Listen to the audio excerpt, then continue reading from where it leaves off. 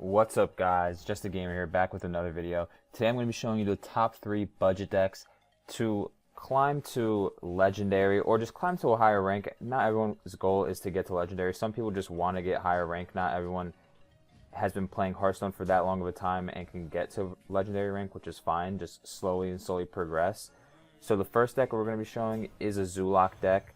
The Zulatech deck is very, very good. It's one of the better decks right now. It's been decent all throughout Hearthstone, honestly, since Reynad invented the deck. Shout out to Reynad. But recently, in Season 42, it's just been a lot better due to the fact of Scalemancer and Bone Mare. Bone Mare just makes all these smaller minions that you just flood the board with just so much better. You get a 5/5 on board and you add 4/4 stats, which can just make a board that you're losing, it makes it instantly a board that you're winning. Especially against aggro decks, you can just flood the board, make value trades, and then once you get to that Bone Mare turn, you just instantly win because you just blow them out with the stats and the value trades. So Zulak's been very good for me. I don't think it's the best deck out of the three. Actually, out of the 3 decks that are here, it's one of the worst. But it's still very, very good and can get you to climb easily. I climbed for plenty of seasons, honestly, with Zulak because it is pretty cheap. It's pretty easy to play. You just flood the board, make value trades, and then win the game due to just like the ginormous board that you have, and they just aren't able to deal with it. So I would definitely try Zulak if you're having trouble climbing. And one of the cards that you definitely need, a lot of these cards are replaceable, and you can always alter the deck to your liking. I just try to make it how I enjoy the deck. It just makes it. I enjoy having the Devilsaur Egg and the Tyrannosaurus Predator. It just makes it so much better. So I would definitely try this deck out, but you can always just change it, alter it to the cards you have. Zulak is a very, very flexible deck. You don't have to use the same cards as someone else. But the 2 cards that I would definitely say you should use is Scalemancer and Bone Mare, because this is what made this deck just come back to life and made it so much more viable and better in the Season 42. Scalemancer is just a must due to the fact that it just makes it so much harder for anyone to board clear your board.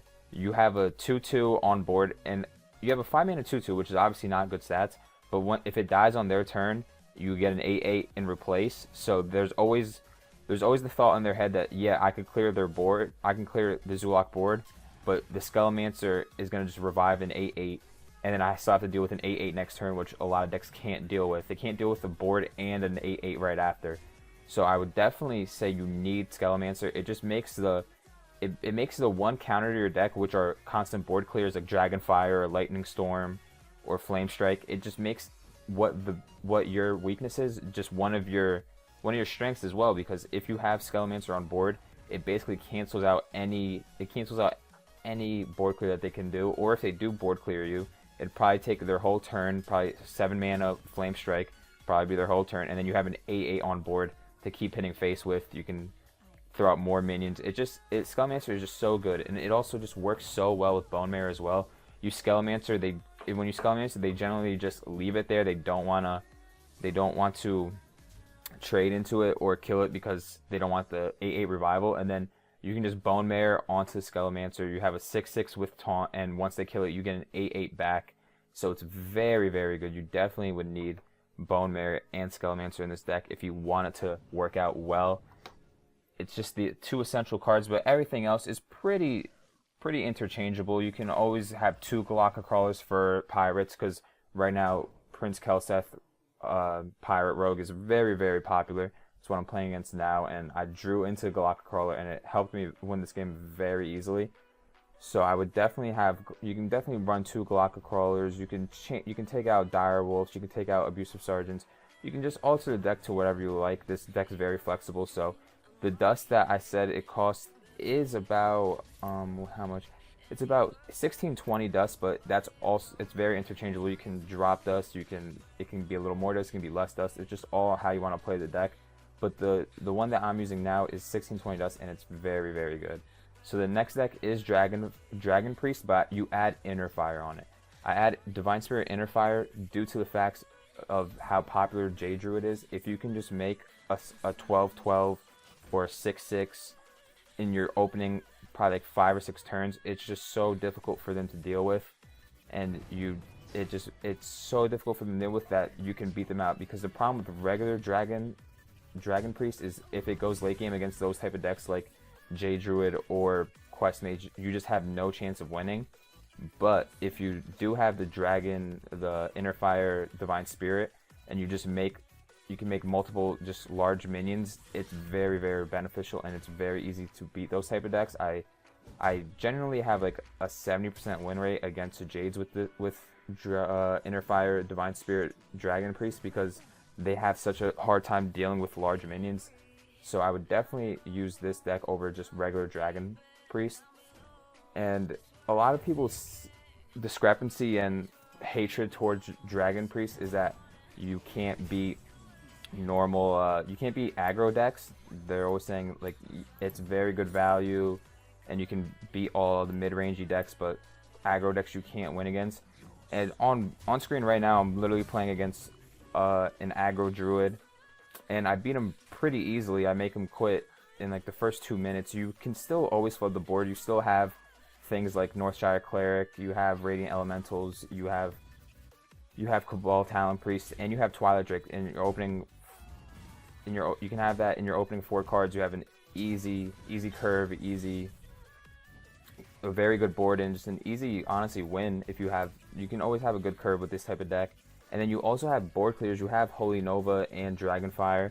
If you have 2 Dragonfires, I would run 2, but I am trying to make this as budget as possible, and Dragonfire is an epic card, so it is a lot more cost worthy. So you can always just run a Holy Nova and 1 Dragonfire. I think Holy Nova is really good at times. It works well with your Northshire Cleric, and it still clears most boards. A lot of people like to run like aggro druid and pirates and things like that, and they usually have 2 health or around there. It's usually very good for clearing. So Holy Nova is still just as good as Dragonfire, but I would run Dragonfire if you have 2.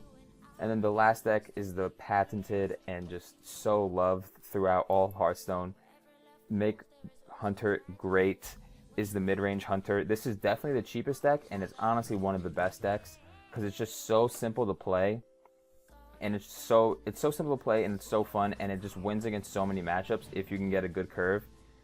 You're mostly gonna want a mulligan for 1-drops. You need a 1-drop. You don't need a 1-drop, but if you have a 1-drop, it's very, very beneficial to you because you can 1-drop, and then you can Crackling Razor Maul on turn 2 on your 1-drop, or you can put out the Hyena and then just ramp that up. So you definitely want a mulligan for a 1-drop always, because that's very important.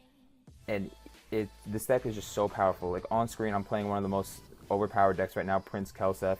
He got double Shadow Step in his opening hand, and he already has patches, and I'm still gonna beat him.